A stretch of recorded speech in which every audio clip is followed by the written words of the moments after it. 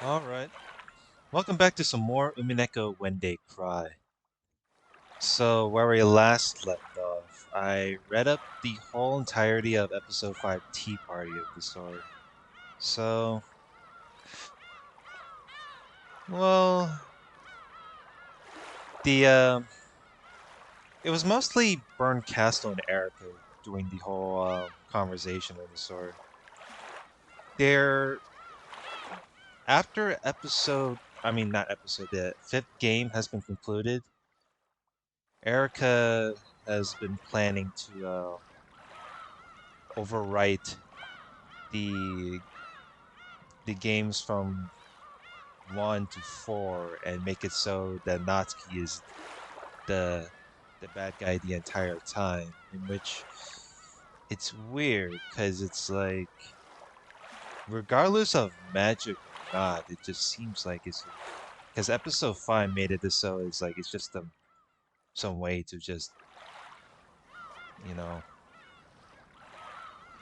belittle her and whatchamacallit, treat her as like she's the bad person of the story.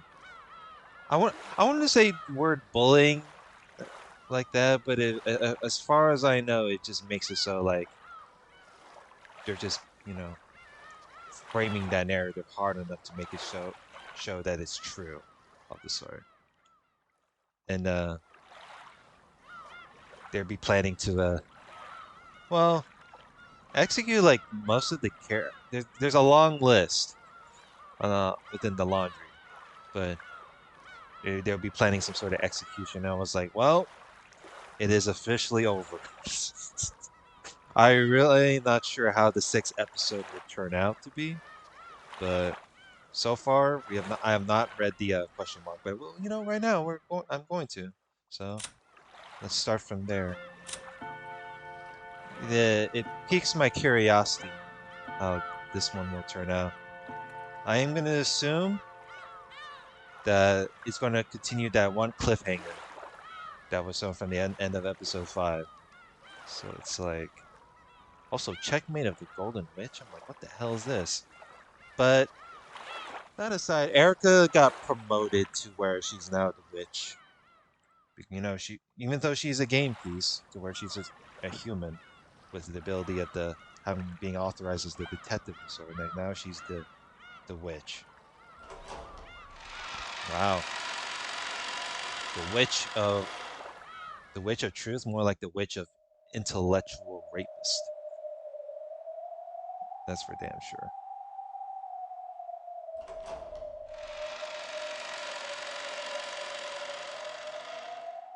In the cathedral, devoid of people. Oh wow, we're back to this one. In the cathedral, devoid of people, a figure could be seen still staring up at the heavens, its chest pierced with a long red sword that pinned it in place to the ground. That figure was Battler. Ironically, it looked just like what he'd done to Beato with blue wedges in the fourth game. Battler had died quite some time ago. No, in this place, the concept of death means nothing except that one has stopped thinking. Therefore, in a sense, Battler was not dead. Okay, wait. If he's not dead, does this mean there's a chance? Is what you're trying to say. After being defeated in a fight over the truth and surrendering, he no longer had the strength to think of a way to resist. That's what made him dead.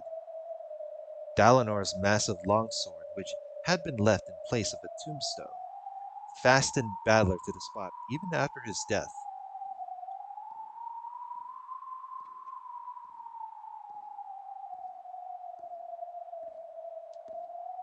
This was all being lit by a faint light seeping out of an incredibly high skylight. Quiet footsteps rang out across the still cathedral. From the darkness behind a pillar, a woman slowly stepped forward. It was Beatrice. Just like they'd been the whole time in the Golden Land, her eyes had no light in them, and were still muddled over with gray. This person was once unable to even drink black tea, to her satisfaction by her own will. But though it was slow, and though there was no life in her eyes, she was surprisingly walking. Then, with slow, deliberate steps, she reached Badler, who was still dead, pierced through. Then she slowly touched Badler. She tugged on his sleeve. However, Badler showed no reaction. When she realized that it wasn't sleep, but death, the witch with the hopeless gaze let her head hang even lower. Then she quietly whispered. 嘘つき Beato softly touched Badler. Then she pressed her forehead against Badler's chest. Wow, the lifeless eyes of Beatrice finally said something. After all the mutter and grunting, she finally said something. Softly touched Badler, then she pressed her forehead against Badler's chest. There was no longer any heartbeat. It wasn't just because he had surrendered. It was because the witches had chased him from the game board. So from now on, Badler would never return. So from now on, the Golden Witch Beatrice would have no reason to exist. ありがとう嘘つきさよならそしてごめんね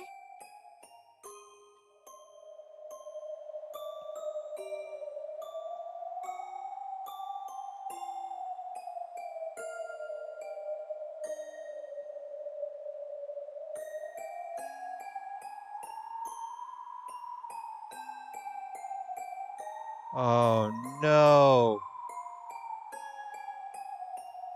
It did the whole. She did the I don't feel so good.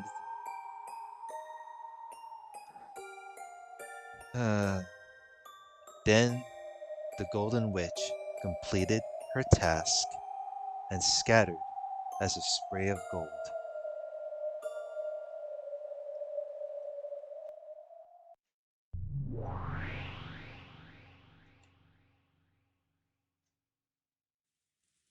I guess, it's doomed. In the Golden Land, the gray rain gently continued to fall. There was a faint aroma of good black tea. Beato stared blankly at its surface. There was Virgilia continuing her knitting, along with me and Dalinar talking to each other. This is a recollection from Badler's memory, which Dalinar's sword must have given him as it pierced him. A recollection of that time Dalinar had come to visit the tea party in the Golden Land.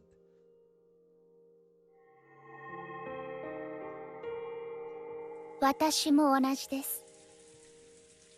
次に太刀を交えるときは遅れは取りません。上等だ。相手してやるぜ。全力で来い。約束します。全力です。Dalinar, huh? I thought she was an emotionless killer doll without a heart, but maybe she actually is pretty approachable. Well, she is pretty passionate with her job. Again, I'm saying that.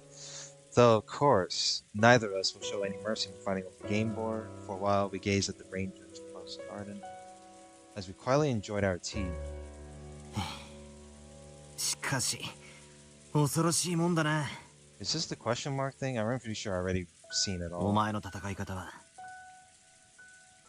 ノックス実会だったっけか Knox's 10 Commandments. Oh, okay. So, I remember, I was like, wait, so where are the rules? That's the thing, because so Knox's Decalogue, the 10 Commandments created by Dalinar A. Knox's father and used in heresy trials. So 1, Yeah, that's what I think too. I was struggling because I was like, okay, where are the fucking rules then? Number one, it is forbidden for the culprit to be anyone not mentioned in the early part of the story. So early, not mentioned in the early part of the story. It is forbidden to use supernatural agencies to be employed as like supernatural agencies as like the devil. So here's the thing, though. If we're debating by narratives, do we have to go by the Knox's rule, or can we just not go by the fucking rules? Because how can we go by the rules without not letting the narrative manipulate you, no matter what? Knox's third, it is forbidden for so no hidden passages, no fucking drugs or poison or shit. Knox's fifth does not include. Wait, if it's the Ten Commandments, why does it say it's not included for the fifth? Unless, like, someone maybe unless the fifth would be discovered. It is forbidden for accident or unaccountable intuition to be employed as a detective technique. It is forbidden for the detective to be the culprit. So, yeah, Erica, obviously. You know. I mean, I really know this right now, Erica. It is forbidden for the case to be resolved with clues that are not presented. Observers are permitted to put forward their own conclusions and interpretations. Knox's 10. It is forbidden for a character to disguise themselves as another without any clues. Obviously, we can't let, no character can cross-dress with some stupid shit. The debate over the interpretation of these laws continues to this very day and has become the source of countless unfair controversies. While fundamentalists call any infringement upon these commandments heresy, revisionists point out that many canonized geniuses have violated these rules.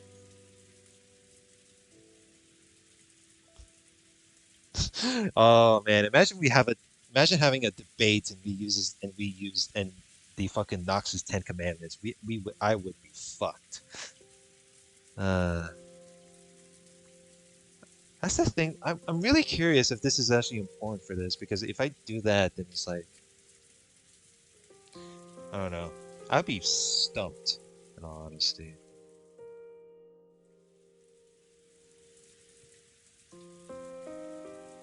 Cause it's like, how? Cause Natsuki's, I feel like how Natsuki was treated was unfairly, but this is now we have the Ten Commandments. Like, how can we prove that then otherwise? ミステリーのお約束ってやつだろ。 Those classic rules. はい。我が父が考案した戒律です。 Wait, what? Wait a minute. That was when Battler mentioned the Knox's Ten Commandments. That wasn't mentioned in there. 隠し扉は存在してはならない。ノックス第3条だっけか。だから探偵は隠し扉を探す必要さえないわけだ。なかなかな暴論だな。Berncastle said it herself. She said that because they were forbidden by Knox's third, even searching for hidden doors was a waste of time. I like to counter that by saying it probably isn't so uncommon for a rich family's mansion to have a hidden door or two built into it. But apparently that sort of rule works perfectly well in the mystery genre. By the way, there exist many wonderful mysteries in which hidden doors appear, and where hidden doors are the theme. Of course, this is limited to novels which have the premise that hidden doors exist. If that premise doesn't exist, hidden doors must not exist. So because that premise doesn't exist, there is no need to search for hidden doors. I think that's probably the essence of her ridiculous argument. But, okay, but here's the weird part. I've seen enough fiction to understand that anytime you pull like some sort of specific book out of the bookcase and then it like some sort of like a wall opens or something like that. But it was part of the reason why like I kind of remember that sort of thing because I used to play Amnesia: The Dark Descent horror game. But In this one, if whenever it come what within the logic of mystery, we can't. So it violates the Knox's rule of the commandment. So it's like this is a mansion that is built like really long time ago. You don't think they added stuff like this, or is everything just fabricated this way? I think that's probably the essence of Ridiculous argument. It's like the detective trying to expose the truth and the illusion trying to confuse it with the mixture of truth and lies are getting blended together, leading to a bizarre form of argument similar to a devil's proof. Making a closed room murder seem to be accomplished by a witch with magic is fantasy. Well, anything. Hmm. Whether the fantasy is a narrative construed by fantasy, or a narrative, or the harsh reality of narrative is controlled by the human beings. Exposing that it was a human's crime alone with tricks is anti-fantasy. Examining all possibilities to expose the nature of those tricks is mystery. But is it also mystery to claim that possibilities with no hints supporting them are unworthy of investigation? Let's say a hidden door is hidden in a way that there would be no clues. Would claiming that a hidden door therefore exists, even though a detective couldn't find it, be anti-mystery? That's enough of that. This argument is too far of a digression from the riddles I'm actually supposed to be solving. My fight is very simple. Yeah, see, this is really confusing part right there. Like, if it did, yeah, it's like, yeah, this is really confusing though, right? Like, um, hmm.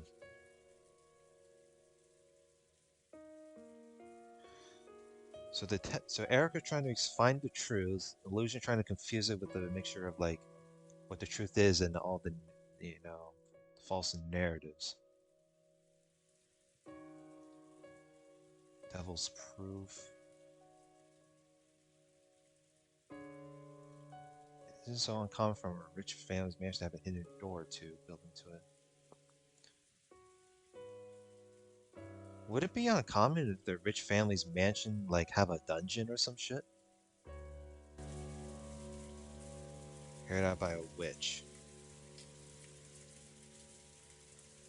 Wait, I'm only finding explain how it was possible for a human to carry out these crimes that were supposedly carried out by a witch. This whole discussion about mystery and anti doesn't serve any purpose. That's why I didn't have any particular interest regarding these rules known as the Knox Decalogue. ノクスはお嫌いですか？苦手だな。隠し扉の存在を調べもせずに全否定可能なんてなんだかおかしいぞ。Wait, see, this is the word. Yeah, see, this dialogue wasn't from like. See, this is a different dialogue from this one when they're having when Valor discussing with Dalinor. But that wasn't even included in like in the various of the segment of episode 5. So 悪魔の証明並みにうさんくせえな。ファンタジーの対極のはずなのになぜか同じ論法になっちまってる気がするぜ。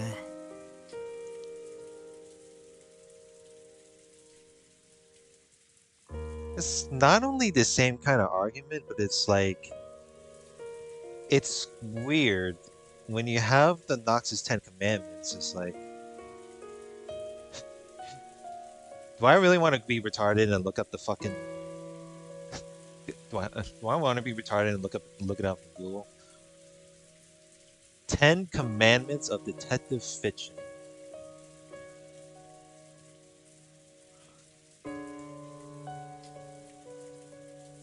You know, this is weird. I googled it and it says Ronald Knox, 10 Commandments of Detective Fiction. Golden Age of Detective Fiction.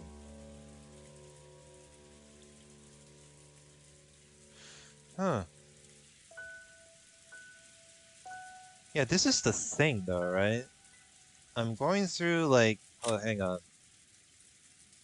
So I'm going through the Knox's Decalogue, and then anytime I try to like find like, no, where is Google? Dalinar A. Knox. If it, wait, when they say Dalinar A. Knox's father, do they mean like Ronald Knox? That's what I'm really curious.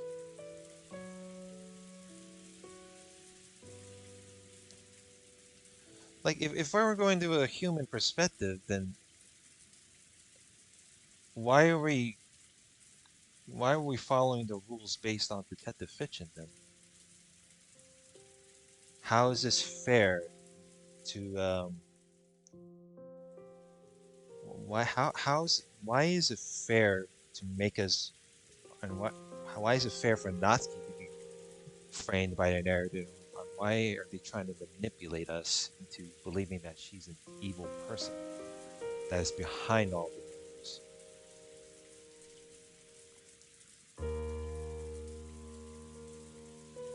I don't know.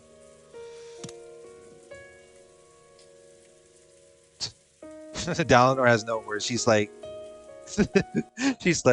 well, even though the Nox's Ten Commands is supposed to be the exact opposite of fantasy, it somehow feels like the same kind of army, and not and Dalinar like, well, I don't know. 言い過ぎた。She seems to have taken offense to this. お前の親父が作ったんだもんな。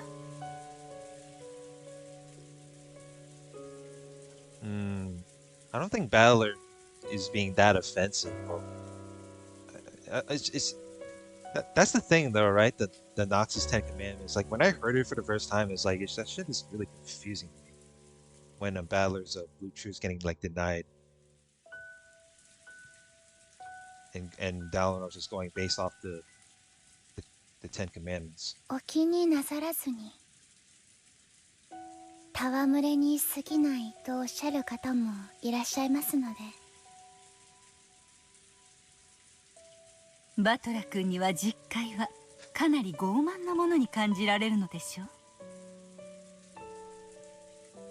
正直なところを言えばな。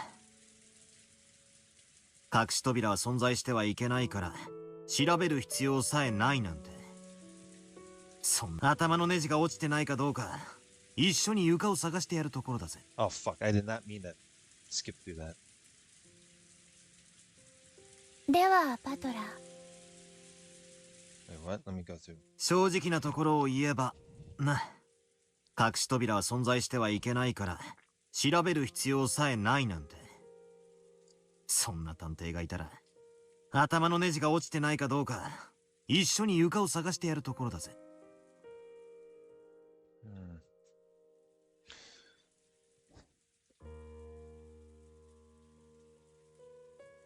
Well, I mean, it's natural to say like I don't need to look for hidden doors because it's based off the rule, and everyone would just like thoroughly check around the house. その第3条をなかったことにしましょう。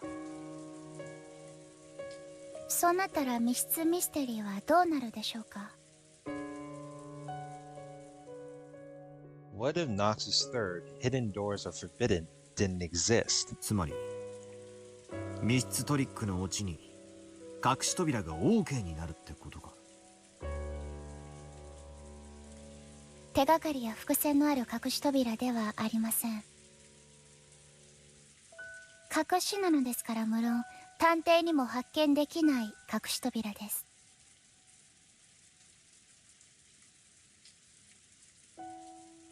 バトラ君はよく悪魔の証明により発見できない X の存在を仮定して戦いますね。つまりはそういうことですよ。最悪だな。密室ミステリーが読み物として破綻しちまう。And if it were no longer worth anyone's time, it would cease to exist. Exist an undiscovered element X. So if one of the Knox's commandments don't exist, that means we can actually make that argument, and it wouldn't be, and that therefore it wouldn't be worth reading. It would cease to exist.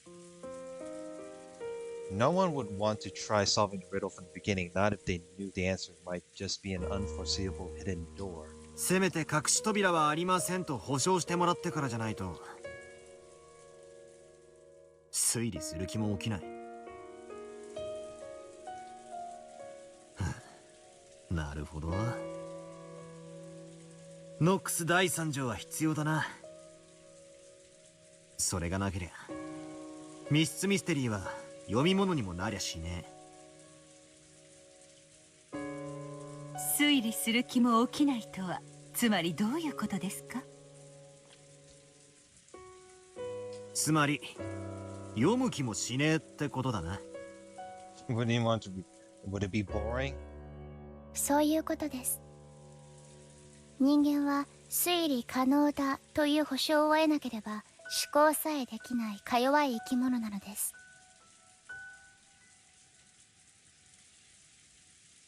推理可能、すなわち頑張れば解けますよという励ましが必要なのです。That might be true.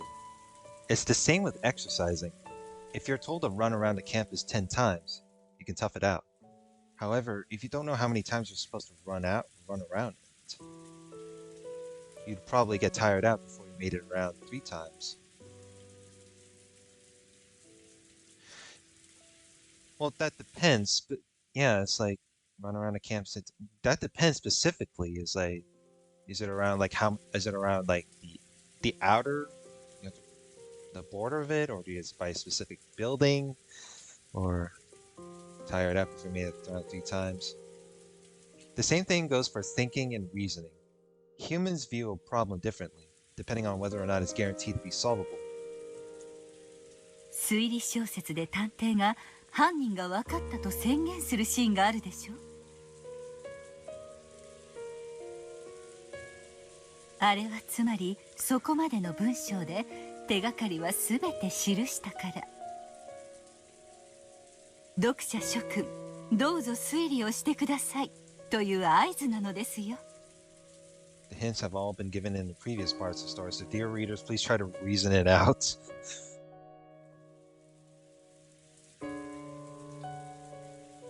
へえ。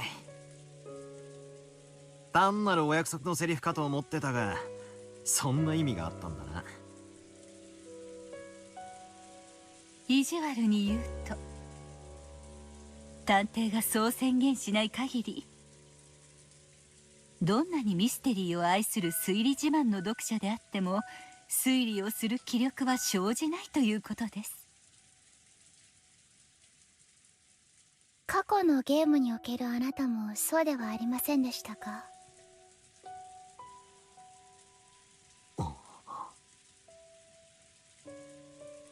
？Now that I hear it, maybe that really was the case. Maybe my fight against Beato really began in the second game. At first, I didn't seriously try to tackle the closed room riddles Beato threw at me. After all, I knew nothing except that people had died in the closed room, and the windows and doors were all locked from the inside. I mean, seriously, talk about having no hints to go on. So, I refused to argue on the grounds that I couldn't fight, because the lack of clues made reasoning impossible. After that, didn't Beato sneer at me, asking whether I'd repeat that over and over forever in an endless repetition of moves? At that time, Beato said this. 貴様ら無能どもがいつも嘆いてみせる思考停止の理由、情報不足。そして、それに対し情報を与えると、今度はその情報の真偽を疑う根拠否定。If you're not then given information, you start doubting whether the information is true or not by denying the basis. 便利よな。無能を棚上げする、実に小気味よい言葉よ。He had competence. Then she said she'd give me certain information that couldn't be denied, and created a rule called the Red Truth. Once we reached that point, this curtain finally rose on my battle with Beato. Yeah, that's the thing with though. Like episode 1 is just confusing me, and then episode 2 is like now it's the start of how, you know, debates work in game within a game board. 俺はベアトにこの物語は挑めば解けるという保証をもらって。The case of hints. 初めて同じ土俵に上がったというわけか。ベアトリーチェ、不思議な方です。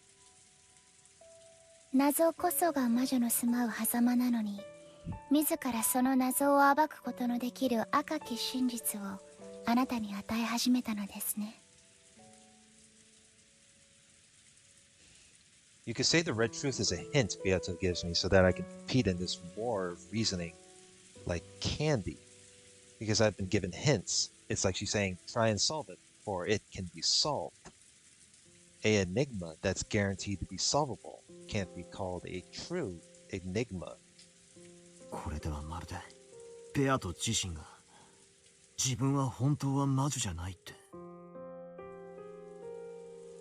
自分で認めてるようなものじゃないか。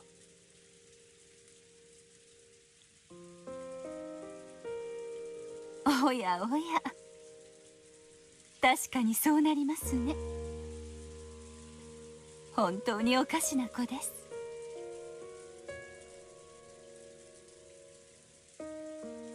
Beato gave no answer.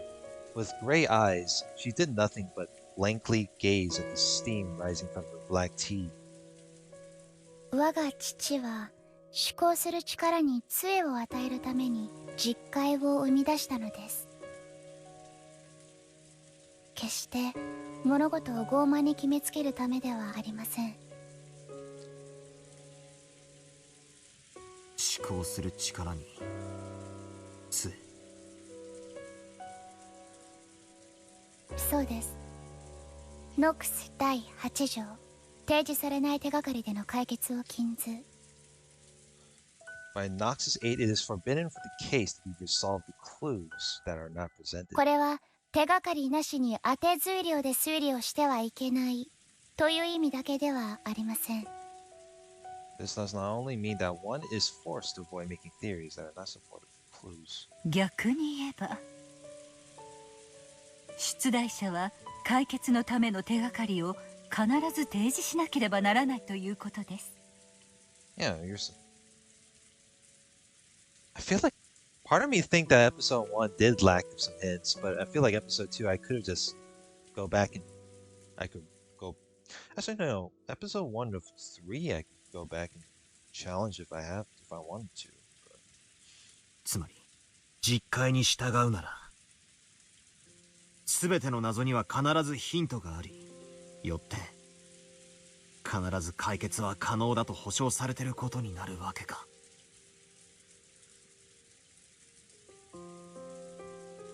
I see. So this is what they mean by a crutch for the power of thinking. If you can believe that it's solvable, you start wanting to have a go at those riddles. If you're capable of believing that hints do exist, you get fired up about rereading the story to search for them. 確かに推理しようとする人間にとって勇気を与える力はあるかもしれないな。ノックス実戒はミステリーの出題者に課す制限と思われがちですが、I mean, it said the Ten Commandments, right? It sounds like the Ten Commandments are a set of rules, even though the 読み手にとっても大切なものなのです。vital for the readers. 実戒を杖とすることで、私たちは推理する勇気と必ず隠されているに違いない手がかりを求めて、何度も物語を読み返す気力を授かるのです。The willpower to reread the tale several times in search of the clues we know must be hidden there. Clues. So you're telling me to go back and reread the previous episodes to find clues. And this the murder scene that involves with the locked doors, locked from the inside. 硬くて開かない。ジャム瓶の蓋みたいだな。母さんがよく言ってたぜ。開かないと思ってるといくら頑張っても開かないって。スポーツにもそういうのあるよな。必ず自分は成し遂げられるという強いイメージがあるのとないのでは。記録に大きく差が出るというし。In that case, the Knox Decalogue isn't really a set of arrogant and strict restrictions. You can also see it as a way to encourage readers who are trying to solve the mystery by telling them to give it their all since it's definitely solvable.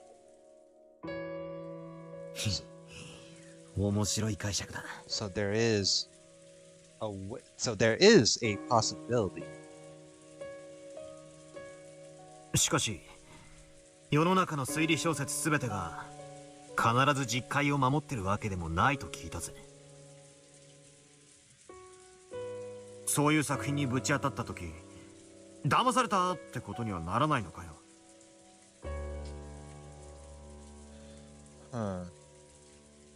That's what I question too. Like I don't think I've read into detective novels much, but it makes me really curious.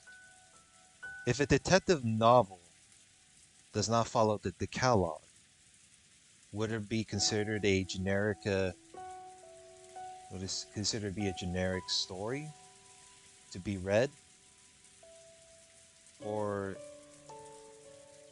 does a detective novel have to follow the Decalogue in order to make it so it's like complex and worth reading, just to make the reader engaged, as like a game? It's like a thinking game.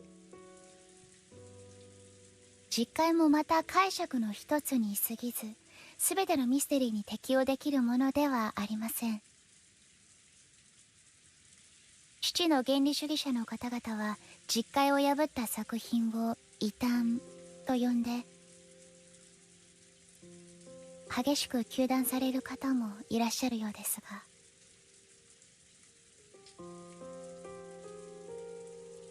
There's no end of arguments like this in the mystery world. Was this or that famous detective novel really a fair mystery? In other words, one that followed Knox's Decalogue? That sort of argument is already an eternal theme of the mystery world. In fact, in mystery discussions, arguments like these sometimes can become even more heated than discussion of the actual tricks. そりゃ糾弾したくもなるだろうな。実戒に従い解けると信じて挑んで、実は解けるようにできてませんでしたってオチだったらさぞや悔しくて仕方ないだろうぜ。I wouldn't say it's annoying, but it feels for me, for seeing this for the first time, it's like can be confusing. Like what happened at the Great Court trial and all that. Balor trying to stand his ground, even though like it's like kind of dumb. Because if he was really ignorant on the whole Knox's Decalogue, then he would have been fucked by then. But if he's understanding the how the Knox's Ten Commandments work, would that mean that he could have just done it at a different approach? That's right. When fighting with the Decalogue, there's just one thing you want guaranteed from the beginning. In other words, you want to guarantee that this detective novel will adhere to the Decalogue. If a work labels itself as an orthodox mystery, then you have nothing to worry about. However, the mystery genre contains many unorthodox subgenres within it. Does that mean trying to use reasoning in an unorthodox detective novel is a complete waste of time. それはそれで傲慢な気もするな。はい。私も父の実戒をそのような傲慢の武器にされるのは非常に悲しいことです。お前は実戒を武器にさっきベアトと戦ったわけだが、それはつまりこのベアトのゲームの世界がノックス実戒にのっとっているという証なのか。 But that's the thing, though, with the first few episodes of the Umineko. There were no Knox Decalogue, but because of episode 5, when Beato was not around for the 5th game, and either Lambda or Burn Castle made the decision to say, "Hey, let's add the rule. Let's modify it with the Knox Decalogue." Because that's what I recall.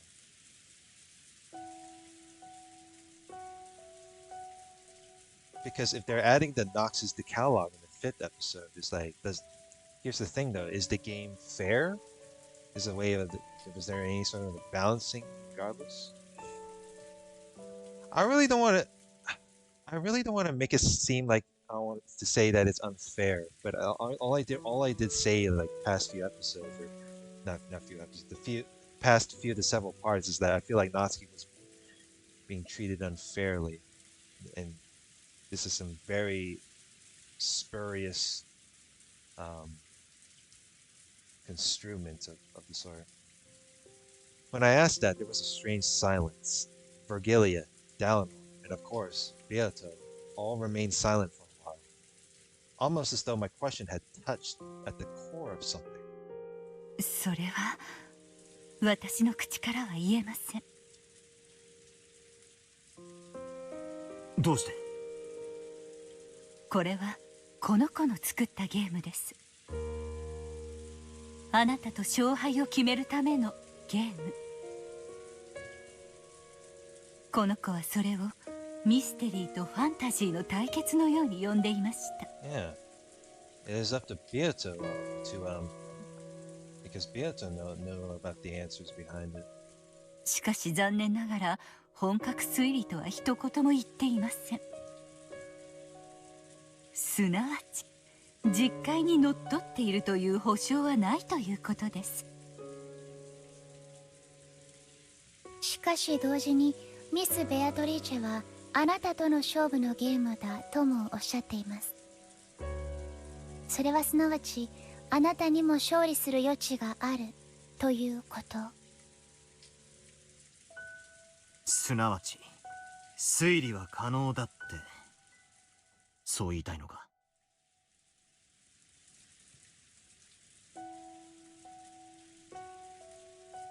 この子に言わせればおそらく推理は可能となるのでしょう。しかしこの子とバトラ君が送り手と受け手の関係であるように二人は異なる存在です。Different creatures.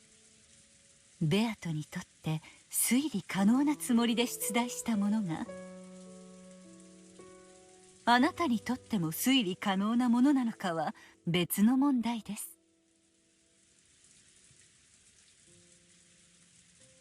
For example, let's say we propose a simple riddle that any Japanese person would know.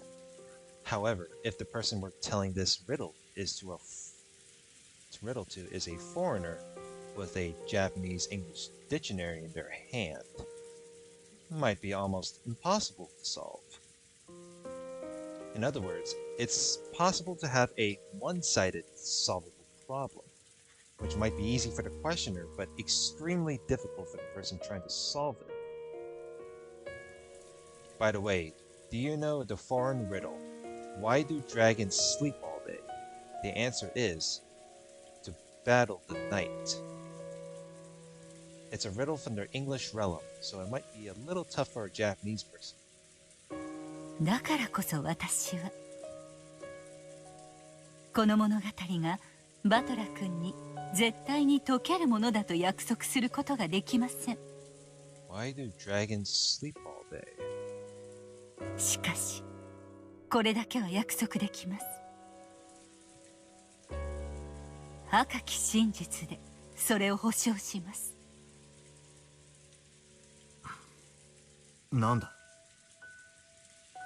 ベアとはあなたに解いてほしいと願って She wanted you to solve it. 解けるようにこのゲームを、この物語の謎を生み出しました。 So she created this game and the riddles of this tale to be solvable.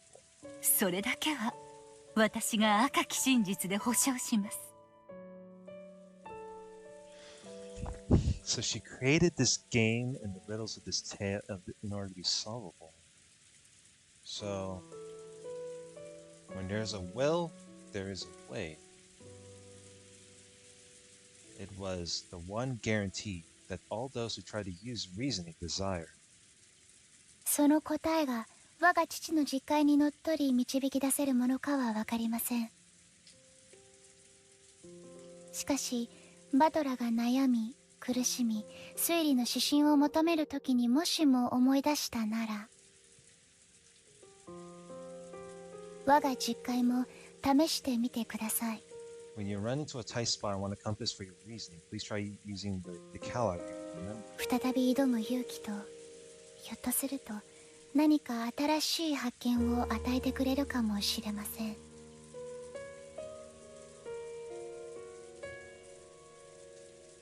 This is wait. This is weird. So not only the red truth that Valor has been given, but you're giving the Knox's Decalogue as a handicap for him. As I recall, he wasn't given that from the episode 5. It looks like he made it look like he came in unprepared. ありがとうよ。心底行き詰まったらお前の戦い方も参考にしてみるぜ。っていいのかよ、敵に塩を送っちまって。お気になされずに、手土産も持たずに訪れた茶会です。茶花の代わりとなったなら幸いです。それに私と再び相まみえたなら、そんな悠長なことを言っている暇はおそらくないでしょうから。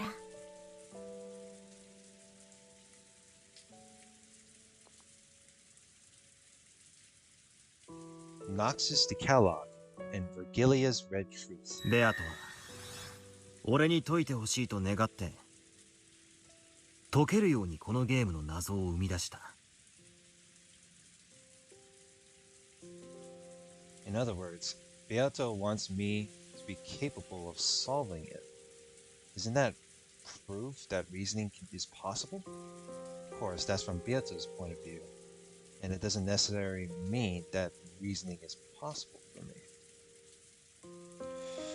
Compared to before now, when I didn't even know whether reasoning was possible or not, that one line might give me a great deal of courage. At least it has the power to silence any negative thoughts about this all being useless. 推理できると先に相手に証明させなくては推理をしない。まるで奥手な若者の恋愛のようですね。恋愛？ええ、自分のことを愛してくれると相手が先に証明しない限り、自分も相手を愛したくない。Oh wow, we're actually bringing romance into this. So whether you can tell whether the person loves you first or not. You don't want to say you love them back. でしょ? Interesting, bit of a appropriate analogy for this. Both boys and girls want to hear someone else say they love them first. That's their dream. If they're in love, they don't want to love the other person until they're sure that this person loves them back. After all, there's nothing as painful as a one-sided love and the scars of the hearts left behind last a long time. Because they are afraid of that pain.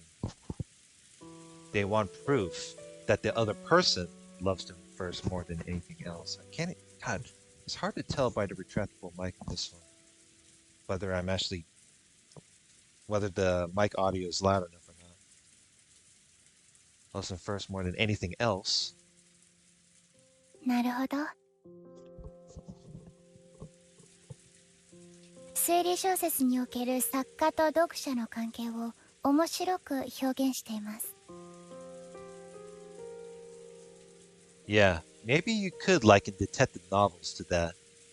Both the writer and the reader first want the other party to say they'll solve it or that it can be solved. Until the writer is sure that the reader will certainly have a go at the riddle of the proposal, they don't want to write their story. The same goes for the readers. Until they are sure that they will certainly be able to solve the riddle, they try. They don't want to read the story because they don't want to write what they consider a masterpiece and be hurt when no one reads it, because they don't want to reason about what they consider a masterpiece and be hurt when they realize it was all useless. その理論によると、まさに奥手な小学生中学生の恋愛だな。気があるくせに打ち明ける勇気もなく、相手の告白を待ってもじもじしたまま何の進展もなく、ひと夏が終わる。いやいや、他の男とくっついちまうことだってあるぜ。俺の初恋もそんな感じだったさ。That's what your first love was? Oh boy. I don't know if I should feel bad for you. All right, hang on. So let's hang on. Let's go back.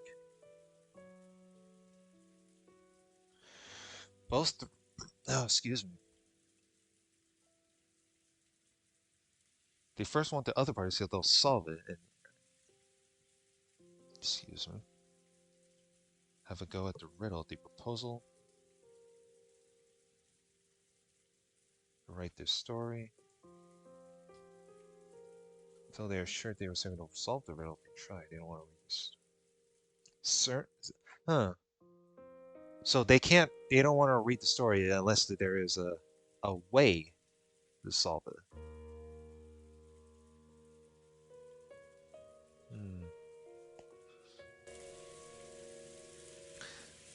Along with these one-sided feelings they can't express, they lament the passage of a summer that will never come again, and the days of their youth end. The writer who wouldn't write until he gained the support of readers goes for all eternity without releasing his maiden work. The reader who waited for the writer's rise to fame goes their whole life without knowing the joy of the mystery genre. バトラ君、その卵が先か鶏が先かという奥手な恋愛はどの段階にまで進んだら相思相愛の関係になるのですか？それは積み重ねだろうな。まず友達関係から始めてコミュニケーションを増やし、こいつはきっと俺のことが好きで俺もこいつのことが好きだと疑えなくなった段階を2人が共有できたところで、まあ多分自然と恋人関係に進めるんじゃないかと。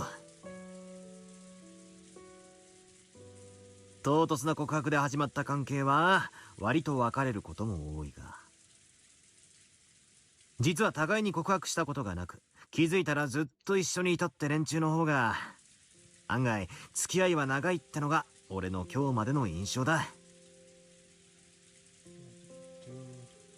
Oh, hey, that's strange. That sounds like how normal social conversations work, right? つまり互いが相手を信じる信頼関係が生まれたらということですね。うん。かもな。意外だぜ。ミステリーってのは作家と読者のバトルだと思ってたんだが、実はそうじゃないのか。ええ、互いが信頼し合った上でしか成立しない愛ある関係なのですよ。 Without love, it cannot be seen. Or without love, there wouldn't be a way to solve this. うん。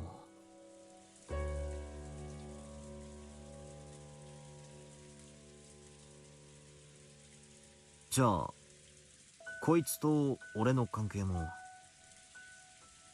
殺し合いじゃなくて愛ある関係だっていうのかよ。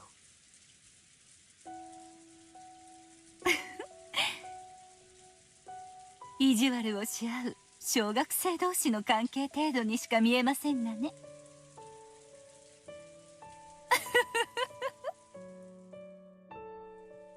Wait, you don't mean to tell me.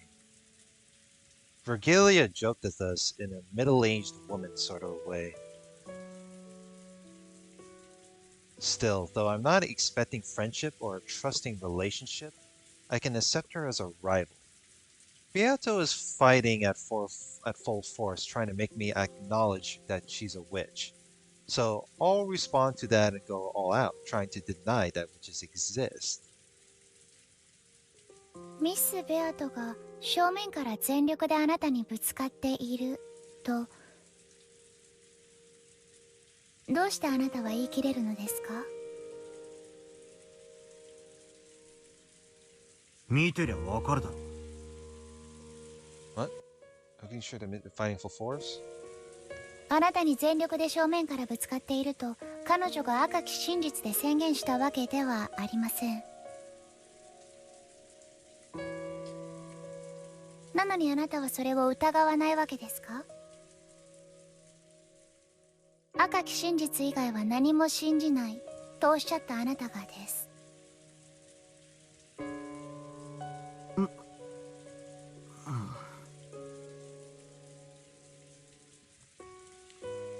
Yeah, but even narratives can be abused enough to make it so it's guaranteed to be the truth.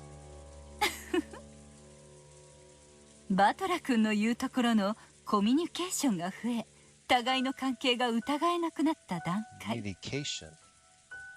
というものに違いないですね。Virgilia and Dalinar giggled together. Look at the look on Dalinar's face. One guy, multiple women, and the topic is love. Wait a sec. Isn't this the worst possible information for getting made fun of?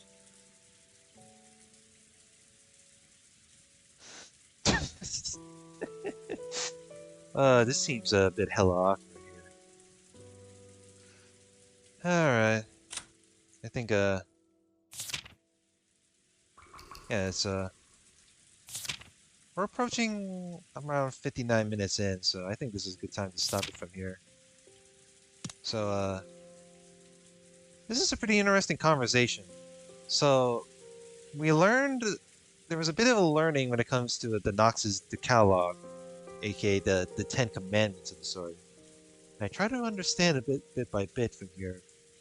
And now, all that solving mystery is not about the battle between the reader and the writer, but it is all based on constructing a social conversation in order to build trust, whether you should trust the reading. Interesting, but well, maybe one day I'll go back and reread, because it feels like an inch. I wondered if there was some. That's the thing, though, right? When I was reading through like a few episodes in and there, like the rereading tips, it's like, is there some philosophy involved?